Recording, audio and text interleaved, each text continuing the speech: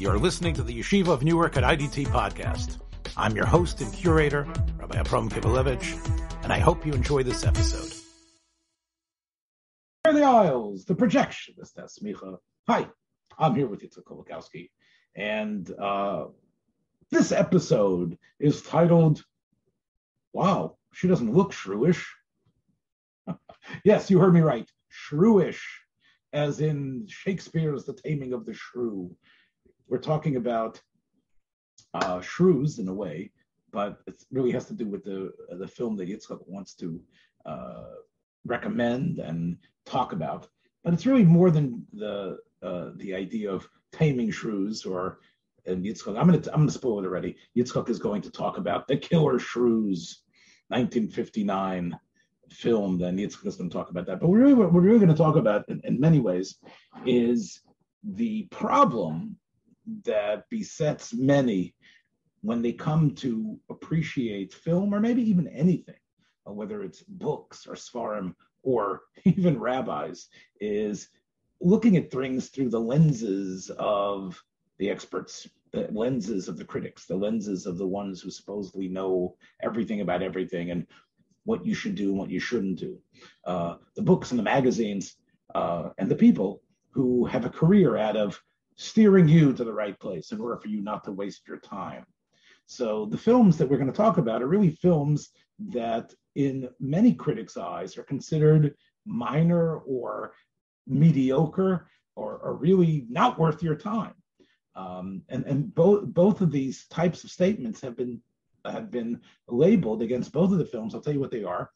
Yitzchak's is Ray Kellogg's Killer Shrews, and mine is a much more famous director and writer, of course, Billy Wilder's very much forgotten 1948 film. Up until the time you viewed it recently, you considered a mediocre, terrible film, and now you actually want to talk about how there is what to recommend it. So talk a little bit about the Killer Shrews before and after. I've seen the Killer Shrews with the commentary of the Mystery Science Theater 3000 probably several dozen times, maybe even could be over 100 times. And I've and this television show Mystery Science Theater 3000 they've recently rebooted it a couple of times actually. But the original show was in the 1990s. Actually started in the late 80s, but it got national coverage in the 90s. First on the Comedy Channel, which was before Comedy Central. Then it became Comedy Central. KTMA was earlier, but that was only local in Wisconsin, I think. So I think Mystery Science Theater, what it was basically you have like a couple of Latzonim, a couple of critics and cynics and clowns who are representing you watching this movie. So you can actually sort of see like a sort of a screen, and then you sort of have the bodies of the critics, and you can hear their comments as the movie is going. They're biting, satirical, negative comments throughout the film. Is that basically the way it works? Yeah. But it's always a lot of fun, and it wasn't always the worst movies. There are a lot of movies that they had presented there that I would enjoy them on their own. And this movie, I felt like it was something I could only watch with the jokes from Mystery Science Theater. So the three Litzonim, whatever you want to call them, the three clowns, the three critics, whoever they are, whatever characters they were playing, did they allow most of the dialogue of the original film intact, or were they jumping all over it and making fun of it?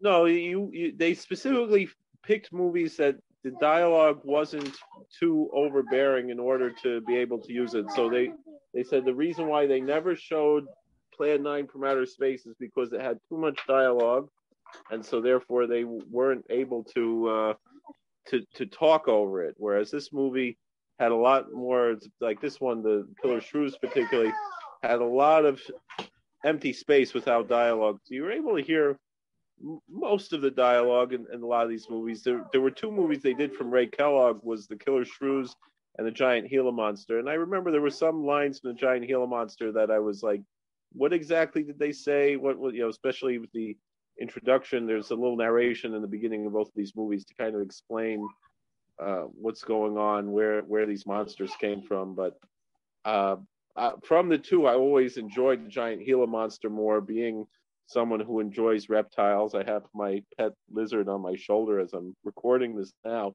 So then... Right, and these films were both basically made the same time. I think Kellogg was working probably on both of them. Right, they're both Ken Curtis's for a second. He plays a very major role in the Killer Shrews. He's like sort of like the heavy, the bad guy in a certain way, the cowardly bad guy. And of course, I know Ken Curtis growing up watching Gunsmoke every week. He played Festus on Gunsmoke, and he actually took the place of Dennis Weaver. In other words, the Dennis Weaver character on Gunsmoke, who's Muley, I think his name was a very popular character, to the fact that Dennis Weaver thought he could actually go out on his own. And of course, he had a program in the early 1970s called McCloud, where he actually wasn't just some sort of, a sidekick to James Arness. He actually had a pretty solid run as a lead actor in a television series. But when the sort of sidekick fellow left Gunsmoke, Ken Curtis, I think he must have had a run for about 14 or 15 years on Gunsmoke. I'm not sure how many years he was on there, but he affected very much a sort of like a Chill Wills type of accent. But in this film, The Killer Shrews, he's sort of playing it straight, right? The Ken Curtis character. Yeah. It's a very, he's this very dastardly, cowardly character. Like you said, he's the heavy. He's a bad guy, and he's someone who you really hate. You don't want to root for this guy at all, for the way he's acting and anything. And so it's interesting. He put his own money behind it, and I think I guess he really believed in the project and thought maybe he had a career, at least in this little independent film, as some sort of serious actor. Both of those films are kind of companion pieces. He put money behind both of those movies. So it's and basically what we're talking about is they're both sort of horror films, and they both sort of have creatures at the center of it, the creatures that are terrorizing. But let's talk about the Killer Shrews. These shrews are killers, and what's going on? Why is it that they are so terrible? The thing that I really want to bring out is, like Chazal say, Leitzanes echad doiche me'ete chachis, that one joke can push away 100 rebukes. And I always just thought this was a goofy, silly movie where dogs are playing shrews and it didn't make much sense. And watching it, Svengoolie showed it this Motzei Shabbos, and watching it without the commentary really opened my eyes. It gave me some chills. I found it to actually be a scary movie.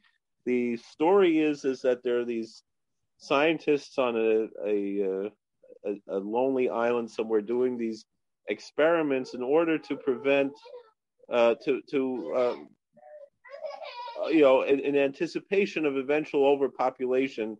They figured if they could lower the metabolism and the necessary food intake of humans and other animals around the world, it would solve the problem of overpopulation. And so they started experimenting with shrews because their metabolism is so high, and they require so much food. They have to eat 3 times their own body weight. That's a refrain that you find throughout the movie, including in the opening narration, that they have to eat 3 times their own body weight every 24 hours or starve.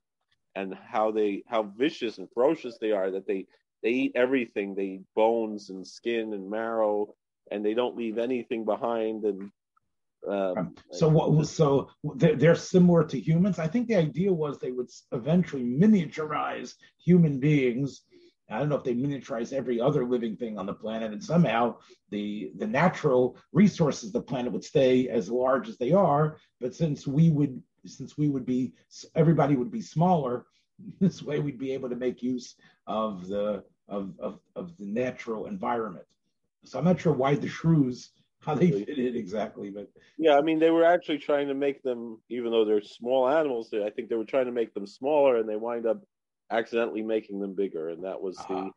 So the movie opens up. This sailor comes to deliver some rations or whatever to these people on the island, and they say, "Oh, we're leaving today, right?" And he said, "No, there's a hurricane coming, so we're stuck here for the night. I can't go back." And meanwhile, they're really anxious, particularly for the scientist's daughter, who herself is a scientist, to leave the island, to get off of the island, to escape these monsters. And so basically, the POV of the film is from Thorne, who is the captain of the ship who's bringing them supplies. He's the one who sort of represents ourselves. He's the one who's coming to the strange place, and he's the one who's discovering the secrets of this island. And of course, he's played by James Best, who I didn't watch this program when I was growing up, and I don't think you did either, but I think some of our listeners might remember him. My wife some of these might remember. Well, definitely people in my neck of the woods where I was raised watched it in Tennessee. But I was obviously out of Tennessee when the show, and this was, of course, he was one of the main stars, I think, of the Dukes of Hazzard, right? He was one of the. He was the sheriff, yeah. And so James Best gives us a POV, and he's the one who discovers, this Swedish, the Swedish actress Ingrid Good plays the daughter of the scientist, and the one who's working on things is here comes our Jewish content here. Sidney Lumet's dad, Baruch Lumet. Yeah. Baruch Lumet plays. I don't know how many films Baruch Lumet was in, but he's the Jew. He's not a Jew, obviously, in the film, but he's the one who's actually working on this program to save humanity, possibly. And Ken Curtis is his assistant. Killer Shrews have escaped, and they're wreaking havoc on the island. So that's basically. And it's really Jerry's fault. It's Ken Curtis's fault, right? He left the door open, and they escaped, and now they've bred, and there's a few hundred of these shrews, which are played either by puppets that look like dogs or wolves, or by dogs with some shag carpeting on them and some dentures or something. So and that's the reason why Mystery Science Theater or others felt that it was probably so goofy and ridiculous, because of the cheapness of how cheap the special effects were in terms of trying. Obviously, again, we're spoiled because of CGI, and anything that doesn't look anything like the real thing, we laugh at it. But I think what you're trying to get at is that, okay, if you can suspend your disbelief about how hokey they look, it's very similar. I think the plot sounds very similar, although it doesn't have sort of like this "don't play God" business. But it sounds very similar to many other films of that we have from probably from the 1920s till Jurassic Park, which is a bunch of people stuck in an island, stuck in a house, and there's a terrible storm and something like this, and there's monsters on the outside, and how are they going to react? I mean, that's your classic, horror. I don't know if it's a trope, but it's a classic recipe for a lot of these horror films, including Jurassic Park. Yeah, and the interesting thing is, I guess, a little bit more like Jurassic Park, and less like what we talked about 3 weeks ago, the Devil Bat. In the Devil Bat, this mad scientist was really mad. He was really crazy. He was angry. He was both types of mad, and he was really nefarious in what he was doing. This is, I think, a little bit more like Jurassic Park. Certainly, there's the lines about using genetic engineering, but also that it really has probably a more positive reason, meaning Jurassic Park was just for entertainment. Like, there was no tachlis to bring the dinosaurs back, other than it's cool to have dinosaurs. But this was, like we said, they were really trying to solve problems. They were trying to get the people out of to prevent overpopulation and to prevent starvation. And yet, with all that being said, it's really a critique of that whole idea. It's in a way, it's almost a major critique of wokeness and environmentalism in general, and really a plea for traditionalism, a plea for, even though there's no religious context in this movie, and unfortunately it does have not some kind of minor racial stereotypes. I mean, the first two characters killed are. It's very similar to what we were talking about last week. It's about having some sort of, I don't know if the character Rook, who is the black fellow, the African American fellow, who they're not sure what happens to him, but the viewer knows, right? You can see that he is stuck in some sort of tree, and the shrews are after him. Do you think today's audience watching that fellow, would they see, oh, there's your typical black guy who's only put into the movie to be the sacrificial lamb? Does he exhibit any sort of Stephen Fetchit type of behavior in terms of the fear, or like a black person being showing cowardice in the face of these monsters? Oh yeah, only really when he's actually being killed. Meaning earlier on when he does talk with some stereotypical accent, but he's not such a negative character but he is certainly frightened, and then the next victim is Hispanic, is Mexican, named Mario, happens to have a mustache, and it's named Mario. And so both of these are unfortunate racial stereotypes, but they could be, nonetheless, it could be similar to people who do exist. It's not so far out there.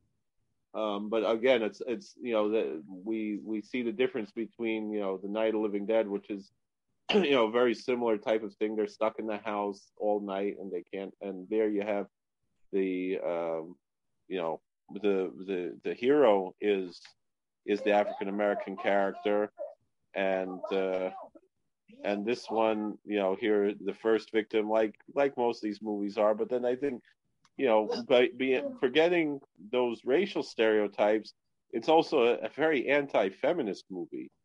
And the fact that there's the scientist daughter, who herself is a very accomplished and intelligent, to the character. She's engaged to the Jerry character, the Ken Curtis character, but because of his cowardice, she breaks up the engagement.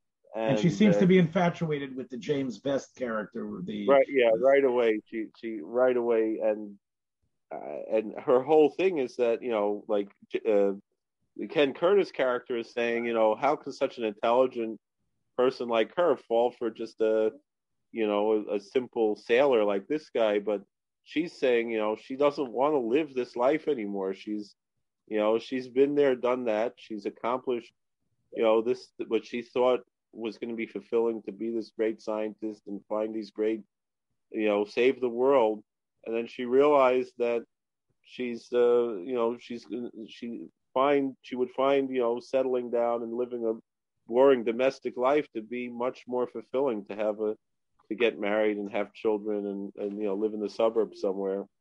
It sounds like, I know that, again, spoiler alert, I mean, the only people that make it off, I mean, she's one of the few people that makes it off the island, along with her dad. There's another scientist with them who's really like an absent-minded professor character, and very cold, very, he's excited when someone dies and they make some kind of scientific discovery about the monsters.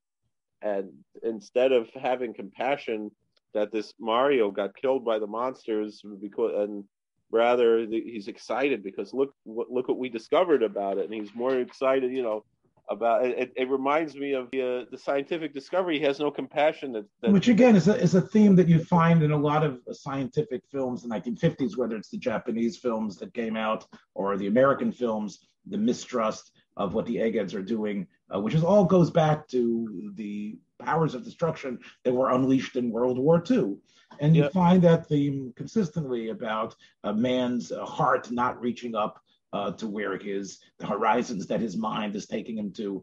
And again, that's part of 2001 and many other films. So Metropolis, I mean, this is really, again, one of the major things that films are able to do, because they're not going to give you a science lesson, but they can give you, they can show you the emotions and the feelings and the coldness of the people involved, and I guess that's part of what the film is about. Yeah. So in the end, the father and the daughter and James Best, they're the only survivors, and again, the Baruch Lamet's character, he's so excited to say, look at this is exactly what we're trying to prevent. And on a microcosm on this island, it's exactly what happens when there's overpopulation and they're going to devour each other, these monsters. And then James Best, he finally gets the girl at the end. And he said, I'm not going to worry about overpopulation right now. And I think it's really, as much as that, there's humor in that and whatever else, but it's also a statement about, this obsession with environmentalism or whatever else, and there's a lack of betochen, especially if people don't have any religious faith at all, that's connected to that, and how really a traditional life is much more fulfilling than these chaloimus that people have about that they think they think the world, first of all, is in trouble, that it isn't, and then they think that they're going to save the world, and are they not? These are the questions that they have to. It's very hard for a person who isn't connected strongly to his faith and isn't able to get the nachas, whether it's from those Shver Rambams or from a life of Torah mitzvahs, not to be assaulted by the imagery, the messaging that the news media does. And frankly, again, if you're agnostic and you take a look at the world, you look at when this film was made, 15 years after World War II, the Cold War was still considered the threat to life on the whole planet. Obviously, people still remembered the death and destruction. The knowledge of the crematorias and what the Nazis had wrought was public knowledge now, and everybody knew about it. So it's very hard, Yitzchak, if you think about it, for someone not to be full of angst and full of nervousness about what's going to happen. Are we going to blow each other up? Look how cruel human beings are to each other. So it seems like, the film is probably par for the course for the mania and the worry of the average American person. But also, like I said, that these scientists actually believe they're doing something good. They're not the mad scientists who are actually doing something evil. I understand. But they're good. But they're mistaken good. It's not fulfilling, and it's probably not even anything to it. Maybe not necessary either. Right. Well, the investiture into that, you can become so invested into it, so to the point that you sort of, as you said, the other scientist loses his basic decent sense of humanity because you become so committed to the ideal, which again is something that we're seeing even playing out today in politics, whether it's about global warming, whether it's about the caring for the next generation and the types of cruelty and arm twisting in order to get there. So what you're talking about is not that different than what we're finding playing out today. But I guess part of what you're trying to tell us here is that, yes, the message is a little bit old-fashioned, and it's the type of thing that is sort of runs counter to what you expect. But I think what you're trying to say is that you thought the film was entertaining, and to you it was worth watching again and worth watching without the prejudice. I have to tell you, I did not see the film, but the little bit of the film that I did listen to, or at least watch some of it, that's available on Freebie and on YouTube, that you can find the film, you got to admit, Ken Curtis and James Best and the other actors, none of them are going to impress you as if they are the great method actings of Stanislavski and Luther Adler and the group, or whatever it is. It is. I can see where the Mystery Science guys or Svengoolie, whoever it is, I'm not really familiar with those programs, but I can see how they could make fun of the line readings and the way the film is presented. It isn't exactly a masterpiece. But it was scarier than I thought it was. I was very surprised of how I was shooken up by this movie. It really affected me, and I was not expecting that. I was expecting to laugh at it, and it really spooked me out a little bit. And and again, I know the movie, by heart, and I've seen it so many times. Maybe it was just this Motzei Shabbos, so I was in a certain mood that was different. No, I understand. And I think the message of as I started our show with today, of sometimes taking off the blinders and not looking at things through the prism that others force us to look at things through. And I think it's so easy to rely on that. And I think that's also the case here in the film, which was made 11 years earlier, called A Foreign Affair. If Wilder and Brackett, who were this incredible screenwriting team, and who wrote this as an original screenplay, and of course they were responsible for The Lost Weekend, they were responsible for Ninochka, Balls of Fire, Brackett had written. Of course, Wilder had been a team with a number of people, but he and Brackett were considered the top duo. They also wrote a couple of years later Sunset Boulevard, which many people feel is one of the greatest screenplays ever written. As I mentioned before, The Lost Weekend, and really films that in 1951, I think they already broke apart from each other, but both of them were extremely successful producers and directors in Hollywood. This film, as I said, A Foreign Affair, I think the title itself is suggestive. It's suggestive of foreign affairs. It's suggestive of what's happening outside of the United States, what's going on in the world. It's also suggestive of the fact that a person who's going overseas and having an affair, someone who is, let's say, from the United States, is having an affair, a man and a woman are having an affair outside of the United States. It's also perhaps a sign that there's a guy from the United States who's having an affair with somebody who's foreign. So you have the major idea that what's happening outside of our Dalet Amos. Then you have the second thing, of course, is the idea of I'm not where I usually am, like I'm in Vegas or something like that. So look what's happening now, where I'm a typical American, but I'm having an affair in a foreign place.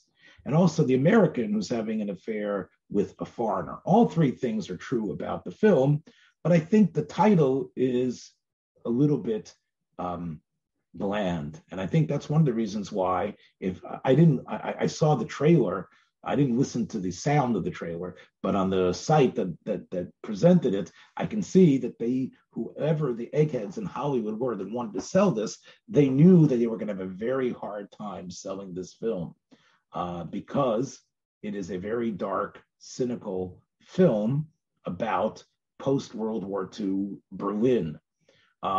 A little bit of a historical note here, Billy Wilder was actually given a grant by the US government, I believe, to make a film about what was happening. And I think, I'm not sure if this film used that money or not, but originally the idea was that since Wilder was a very successful writer and director, and he had an interest of going back to Germany. That's where his family was. He, of course, was a Jew who left most of his family in Germany. And he discovered, of course, when he went back after the war, that almost all of his relatives had been slaughtered and killed, including his mother and other family members. Some of them, he couldn't even find their bodies because they were buried under rubble in Berlin. So when he went there, he was going for his own personal reasons, but also to observe and perhaps make a documentary film about what was happening. Because remember, we won the war, but then we had to win the peace. And for many years, whether it was in Japan and Germany, these two incredible industrial centers that had been shattered, destroyed, bombed to smithereens, not only did we have to sort of create a new life for them, and we had to, at least the idea was that we would change them, that part of the problem of World War II was the evil of fascism that had poisoned the minds of the German and Japanese peoples. And now with the United States and the other allies controlling the area, they would actually inculcate within them the great good old ideas of democracy and what it means to be a good citizen and not to hate Jews and hate other people and not to be violent and not to be aggressive. That, of course, is what both Japan and Germany were suffering under at that time. Now, the problem is that as the film, one of the great lines in the film was, you wanted them up until now to be full of valor, and now you want them to be wise. Because the same soldiers that had been on Omaha Beach, the same soldiers that had been pushing themselves with their bayonets, so to speak, in their hands to kill and to maim and to win and to put their foot and their boot onto the neck of Jerry and Tojo, would now have to lift these people up and be their friend and show them that we could actually live in a world of peace. And that, of course, was a fantasy. And Billy Wilder knew that. And he was extremely cynical about the chances of that happening. Wilder's films in general are usually very tightly written, extremely satirical, and I've talked about them here in this program and with you in other programs, especially films like The Fortune Cookie and The Apartment, where he exposes the hypocrisy and especially the silliness and the simplicity and the duplicity and the hypocrisy of Americans. And this is part of what his target is here back in 1948 as well. I think we were much more successful though with Japan. I think Japan, we did succeed in that. Germany took a much longer time, probably mostly because it got chopped up between Russia and America and England and everybody else. Whereas Japan, it seemed like Russia had no interest in Japan, so I think it was a lot easier. Point well taken. And this film makes it talks about how we're going to teach them the only thing they have to steal is second base. We're going to teach them about baseball, and Billy Wilder is very aware of how silly it seems, how all the dogmatic ideas of, yes, we're just going to be models of what it means to be a good citizen. We're going to denazify them. And in fact, the hero, John Lund, who the role was really written for Cary Grant, who didn't want to be in the film, was the person who would be denazifying these members, which meant the ones that had Nazi past would actually be sent to some sort of work camp, to sort of like a ir miklat, so to speak, to work on their midos and to change them somehow and turn them into something better. That's sort of like the idea that the film is about as we say in Hebrew, mishlachat, a group that is being sent from the United States of senators and congressmen who are there to observe what is happening. And not necessarily about how Germany is doing, but the morale of the American troops. And this is really where Wilder opens up the idea that you can't police people and change people who you have defeated. Basically, it's almost innate and inherent in the human condition that the person you have vanquished, you are going to try to get whatever you can from them. So again, it seems like we managed to do it with Japan and we did with baseball and everything else that they were trying to do there. We did right, but even in Japan there was, and in Vietnam obviously as well, which we didn't win that war, but still there was the idea that the GIs took advantage of the weakness of the populace to do what they can to basically to get what they can from graft and all sorts of illegal stuff. And mostly sexual favors that they would get from women who were desperate. And the film indicates that these soldiers were on the make. that many of them were all over as this mishlachat is landing. These officers are talking about the stockings that they can get from the Brandenburg Gate that they're going to be able to trade in order to be able to bed down some of these Fräuleins. Because remember, many of their husbands are dead.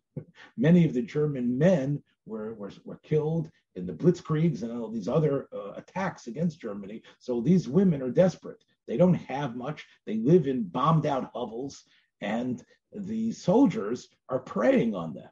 And this is really, the film is very clear about that. Which was quite interesting.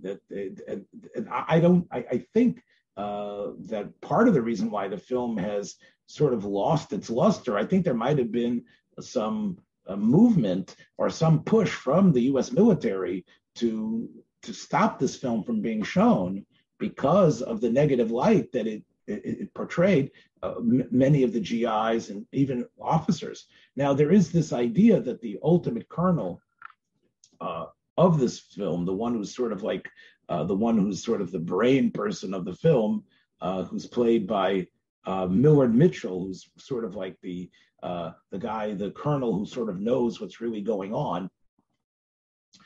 He does display himself as a person of great integrity in the film, but he's one while most of them are just basically taking advantage. So one of the people on this Mishlachat is Jean Arthur, and her next to the last film role. Jean Arthur in the 30s and early 40s was probably one of the most popular film actresses. She had been in silent films herself. By the time she made this film, she was pushing 50 years old. And her last film, of course, was the very great Western classic, Shane. She did try to get into television. We could talk to Tom Shabilla about what her success, the Jean Arthur show, was on television. But for years, she was the spunky, everyday girl. She was the girl, of course, who had who talked fast, sort of a gravelly voice, but everybody was connected to her. She's nothing like Gina Harlow, nothing like Carol Lombard. She's just that girl that every American regular guy and girl can be connected to. She had a lot of smarts. She was able to deliver her lines with a staccato quickness and understanding. She, of course, whether it was in Capra's two great films that featured her, whether it was Mr. Smith Goes to Washington, or Mr. Deeds Comes to Town, both of those films, Jean Arthur is really the heart and soul of both of those films. And in this film, Jean Arthur plays Phoebe Frost. And that's the name of someone who is a very uptight, pent up. Her hair is in a very serious bun. And she is the only one on this junket to Berlin who really cares. She comes from Iowa, and she's bringing a cake to a fellow Iowan who is supposed to be a birthday cake or a cake from a former sweetheart. And that's the John Lund character. And that is how the screenwriter was able to get them to meet each other. But she has got her notebook and she's taking notes. She's not fooled by what she's seeing. The other fellows from various states with Southern drawls or New England accents, they don't really seem to care so much. They seem to be totally oblivious and just buying whatever they're being told by the official members of the military. It's only the Jean Arthur character, with a little bit of hint of that type of reporter that she was in some of those earlier Capra films, that really senses that something bad is going on. She gets mistaken incredibly for a German Fraulein, and she ends up being taken with her one word of German that she knows to a nightclub. And that is where we have the third character, Marlena Dietrich. Marlena Dietrich, as you know, and I've talked about this here on this forum, was a virulent anti-Nazi person. She was a proud German, but she was extremely unproud once 1933 came and the rise of Hitler. She was extremely outspoken in Hollywood against Germany. And of course, Israel awarded her a very special medal, I think in 1951. She raised money consistently for the war effort. And she was a tremendous star in Germany. She, of course, had made German films and silent films. She was born actually pretty much about 6 months apart from Jean Arthur. They're blonde, both about the same age. They both lived till about 90, so they both basically had their arcs of their lives are very similar. And in this film, the film is really about the contrast between them, because it turns out that the John Lund character, the one who gets the cake, actually takes the cake, takes it to the Brandenburg Gate area, and there is a lot of location shots that Wilder uses, and you can see what's going on, the type of black marketeering that's happening. And he takes the cake and he trades it for a mattress that he's going to give to the Marlena Dietrich character, who I said is a chanteuse, a singer in a nightclub, nothing like the one that Sally Bowes was in Cabaret, because this is a nightclub that's a dive somewhere, that's some sort of illegal place that gets raided by the police at the end of the film. And it has all its different sorts of, it's almost like the cantina in Star Wars, that it's the place where everybody shows up. And one of the brilliant touches of the film is that the songs that Marlena Dietrich sings, she's not Jeanette MacDonald, she's not a soprano, she doesn't have a great voice. She basically is just a Rex Harrison type of singer, where she basically sings the lyrics, but she does it with such power and emphasis. And there's 3 songs that are very tied to the film. The Illusion, there's another song about Berlin in ruins.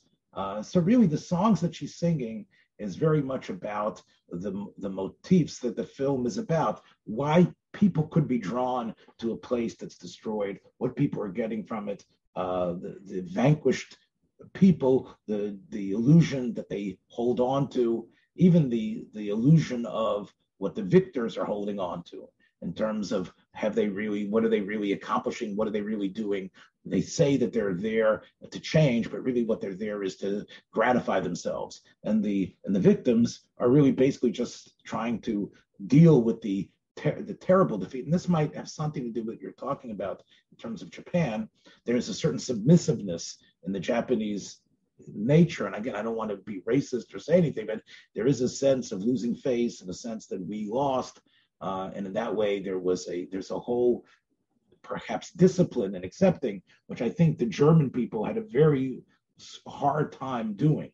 And you can sometimes see that the Nazi aspect rears its head a number of times in a couple of the characters there.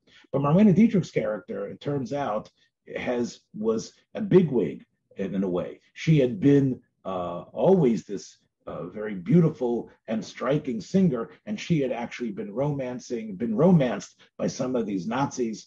The movie indicates that they actually have footage of her with all different sorts of Goring and some other types of characters and some other Nazi that they still haven't found yet. And basically, what it turns out is that she is having an affair, as I said, with the captain. The captain, the John Lund character, is basically, not only is she having an affair with him, he is in charge of denazification. So he has lied on her report. She really should be sent to one of these camps. But he, because he wants to use her, and who knows if he's married or not, or what seems to have said to have some sort of sweetheart at home. But this is his ticket. This is what he's doing. He has forged documents in order to keep her safe, and he has nightly liaisons with her. And so you got to admit, not exactly a positive character whatsoever. Here's a guy who's basically taking advantage. And the Marlena Dietrich character also, although she keeps his picture, and in one part of the film she talks about real love, you can tell that what she really cares about is just living day to day. There is no love when there's such a separation between the two parties. When one is the have and the other is the total have not, it's really impossible to speak about a real love affair. It's clearly just each person just getting whatever it is that they want from each other without any building into anything positive at all. And that's where I guess the part of the film that stretches a little bit of, it becomes a little incredulous, is that he figures, Phoebe Frost is now on the case. She wants to figure out, why is this chanteuse? Why is she able to be so free? When she finds her papers, she finds that she was somehow involved with Nazis. Why is it that she's on the loose? Could it be that there's an American who's protecting her? Is there some sort of soldier who's covering up for her? So she's going to discover who it is. Of course, the John Lund character, this Captain Pringle, he knows that it's him. So therefore, he decides to start wooing her. And he figures he's going to pretend that he is in love with her, that he's fallen in love with her. And this way, Phoebe Frost admits that for years she has been bottled up, that her role as a public servant, she hasn't allowed herself to really have a love affair, that she was once taken advantage of by some congressman or some senator who was just using her to get her vote on a certain matter that he wanted done. So she's resisted, but now she's discovering another guy from Iowa just like herself. And now she realizes that perhaps she could find love. And meanwhile, of course, Pringle is just doing this in a cynical fashion to keep her away from the discovery that he's the guy who has been protecting Marlena Dietrich's character the whole time.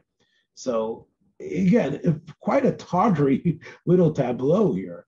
But again, this is part of what the film expects you to believe. And I think this is one of the reasons why the critics don't like it, is that they tacked on this sort of saccharine ending where he does start to fall for the Jean Arthur character. Now, both Jean Arthur and Marlena Dietrich were about 15 years older than John Lund in this film. Of course, that doesn't stop love or affection from happening. But, I think Lund is probably not up to the Cary Grant task of playing both sides here. He's not a terrible actor. You were familiar, Yitzchak, with Lund from a number of films that he made in the 1950s as well, maybe even some of the sci-fi stuff that you enjoy a lot. This might have been his most prestige, the film that he probably had one of the most prestigious roles. There is in a way though, we talk about Taming of the Shrew. You talked about the Irene Good character who somehow realizes that it's better, maybe it is more important to just go to the domestic life. That is, of course, what Jean Arthur's arc is very similar. She also is a shrew that is tamed. When, she falls in love with this fellow, and although Marlena Dietrich eventually alerts her in a great scene where it's just both of them together, and a drunk scene where she ends up drinking a little bit too much. She ends up herself violating her own principles and going to the black market in order to get a type of strapless evening gown, which Marlena Dietrich ridicules her for wearing because she doesn't seem to have the physique to be able to wear such a dress. But they end up being together.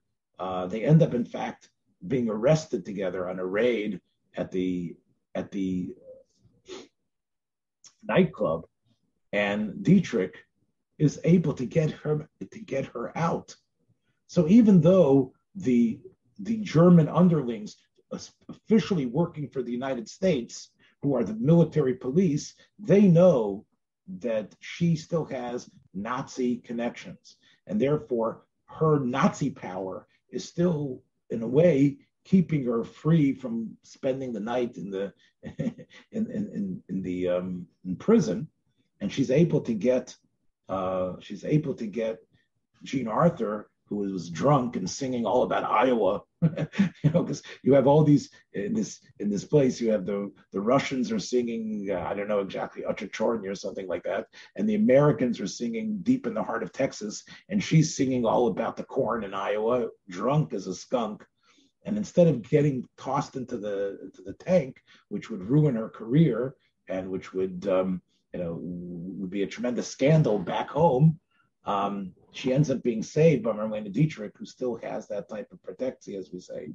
But she ends up revealing to Jean Arthur's character that she has been protected by Pringle, and that Pringle is basically just fooling her. And this really breaks her heart.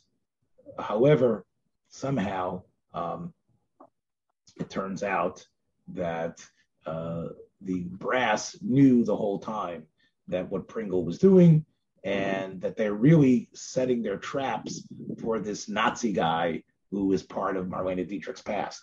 So really, they've allowed Pringle to do this illegal act of fraternizing with her, writing, forging the denazification papers, just like Americans always do.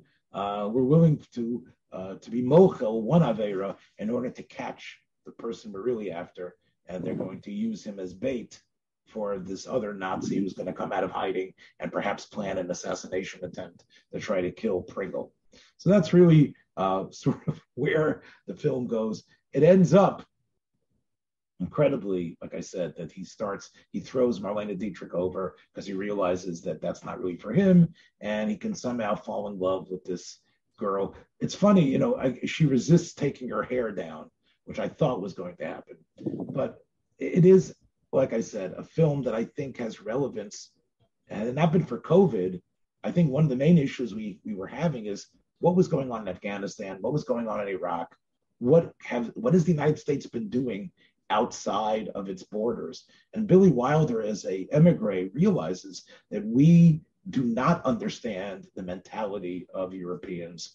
We buy in to a lot of the hokum and pablum of what it means to be an American and democracy United States. And we don't realize that we don't exercise magnanimity and real goodness, that often we are the ugly American. And it's a shock to us when that happens. I think this is part of what this film deals with.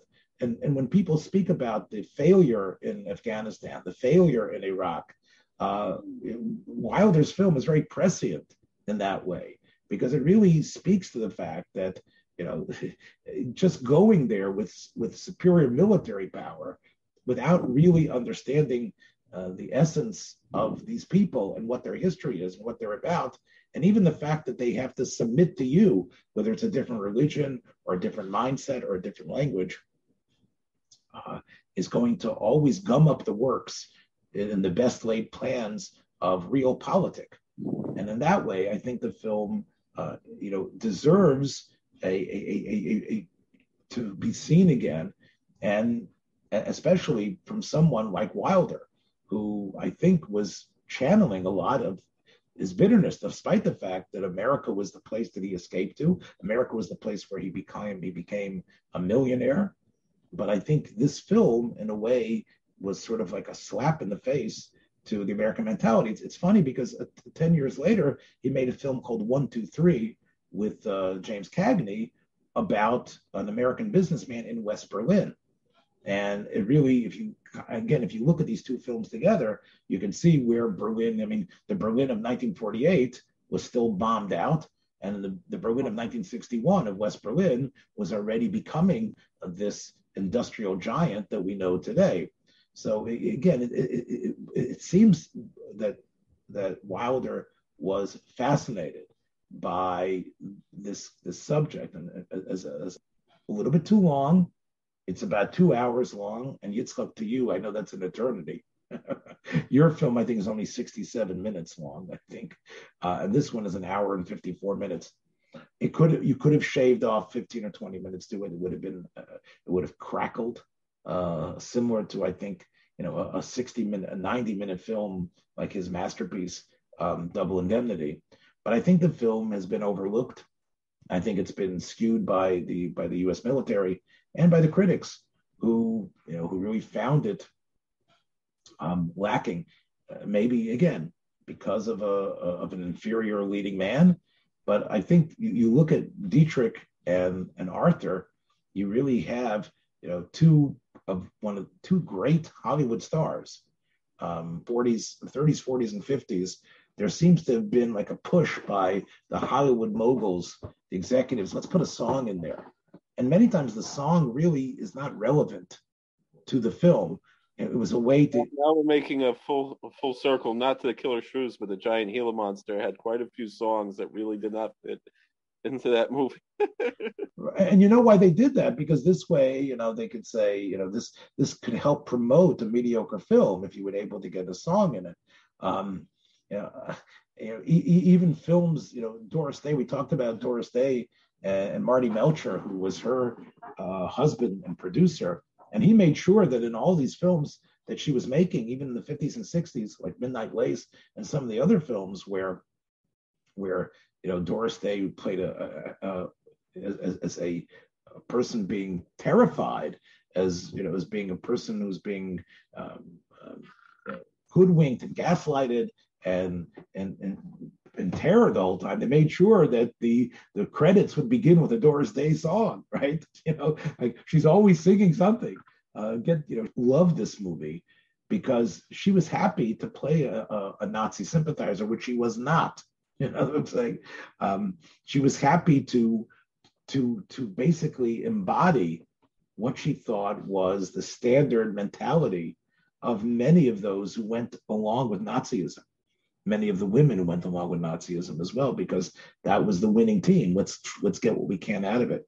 And in that way, again, the film, I think, is as relevant as it was when of horror, whatever it is. The power of what others say, whether it's making fun of something or even just calling you over and saying, "Hey, let me give you some advice about this thing." We are very fragile things. We are very fragile in our perceptions of things, Yitzchak. And when someone comes over to us and doesn't let us form our own opinions about things, they have deprived us of our own ability to think and reason on our own. But also they have, they in many ways have soured and poisoned the prospect of really creating a relationship with other people. Shlomo Luria, the great Shlomo Luria, was upset about what Rabbi Yosef Karo was doing in terms of sort of like limiting our processing by saying, okay, here's the Shulchan Aruch, here are the sources, and this is the way you're going to process the sugya, as opposed to allowing someone the freedom to explore where he wanted. Obviously, Rabbi Yosef Karo felt that he was doing a tremendous a benefit for all his readers, for all the people who would be involved in Psak Halacha. But whenever, as Shlomo Luria says, whenever you look at things based on the stage that's been crafted by someone else, and he has editing powers and limiting what you're going to see and what you're not going to see, so you are going to be taken in, and you're not going to be doing the original thinking that's necessary. You're just going to be nodding and accepting, because, yeah, of course. And I think whether it's appreciation of a gadol or appreciation of a sugya or anything, I think we have to balance ourselves. Yes, we're not gonna. You have to learn Chumash and Rashi. I agree. You have to have Rashi with you. You have to have Onkelos with you. But on the other hand, if you're just going to take out Nahum Leibowitz or whatever it is and say, okay, this is the way, this is my reading of the parsha, this is the way I do things, I think what you end up missing, you end up really stunting your potential. Obviously, what we're talking about, Yitzchak, is much more important than the hour or two you might spend a week watching a film. But it's really the same mentality, which is you have to develop within yourself a critical way of thinking and trust your own ideas. And as you say, whether it's the people from Mystery Science Theater or Leonard Maltin or Roger Ebert, whoever it is that you're going to turn to, be ready to close the book and say, look, I want to see it myself. And I think that's That's not a bad way, I think, for us to end today. So watch your step on the way out, everybody. We'll catch you next time. Take care. Thanks for joining us for another episode from the Yeshiva of Newark at IDT Podcast. Be sure to subscribe on your favorite podcast app so you don't miss a single episode.